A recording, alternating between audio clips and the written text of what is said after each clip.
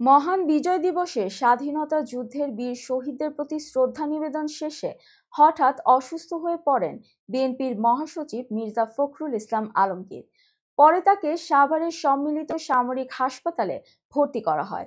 সেখানে থেকে দুপুর 2টার দিকে তিনি গুলশানের বাসায় ফিরেছেন। সোমবার বিকেলে বিএনপির স্থায়ী কমিটির সদস্য ও বিশেষজ্ঞ চিকিৎসক AZM জাহিদ হোসেন গণমাধ্যমকে এ তথ্য জানান। তিনি বলেন, মহাসচিব বাসায় পৌঁছেছেন, তিনি সুস্থ আছেন, ভালো আছেন, এখন বিশ্রামে আছেন। AZM জাহিদ হোসেন বলেন, সাভার CMH এ মির্জা ফখরুলে কিছু পরীক্ষা নিরীক্ষা করা হয়েছে, রিপোর্ট ভালো এসেছে। পরে সেগুলো পর্যালোচনা করে CMH এর চিকিৎসকরা বিএনপি মহাসচিবকে বাসায় যাওয়ার ছাড়পত্র দেন।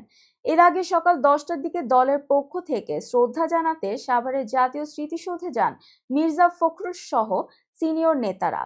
পরে শ্রদ্ধা জানানো শেষে সাংবাদিকদের সঙ্গে আলাপকালে তিনি হঠাৎ অসুস্থ হয়ে মাটিতে লুটিয়ে পড়েন। তাৎক্ষণিক তাকে সাভার CMH-এ নেওয়া হয়।